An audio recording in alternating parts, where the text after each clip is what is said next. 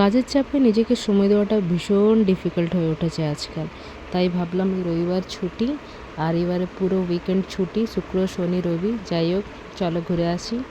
তাই এই ভেবেই যেমন ভাবা তেমন কাজ, ব্যাগপত্র গুছিয়ে বেরিয়ে পড়লাম। কোথায় যাব অবশ্য জানি না।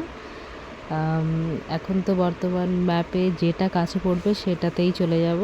আর এই ভাবতে ভাবতে আমার তো দুপুরের খাওয়া দাওয়া হয়ইনি। এই যে খাবার দাবার রেডি।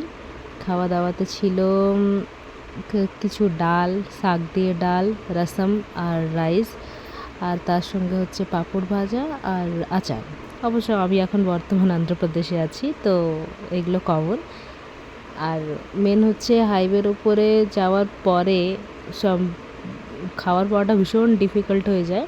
এখানে অবশ্য খাওয়া দাওয়া খুব ভালো ছিল, পুরো বাঙালি রান্না ছিল, অসাধারণ। আর 100 টাকায় আনলিমিটেড, এটা খুব ভালো ছিল। যাই হোক খাওয়া দাওয়া সেরে আবার বেরিয়ে পড়লাম ঘোরার উদ্দেশ্যে। জানি না কোথায় যাব, দেখা যাক কোথায় যাচ্ছি, অবশ্য পরের ব্লগে বলব। Thank you.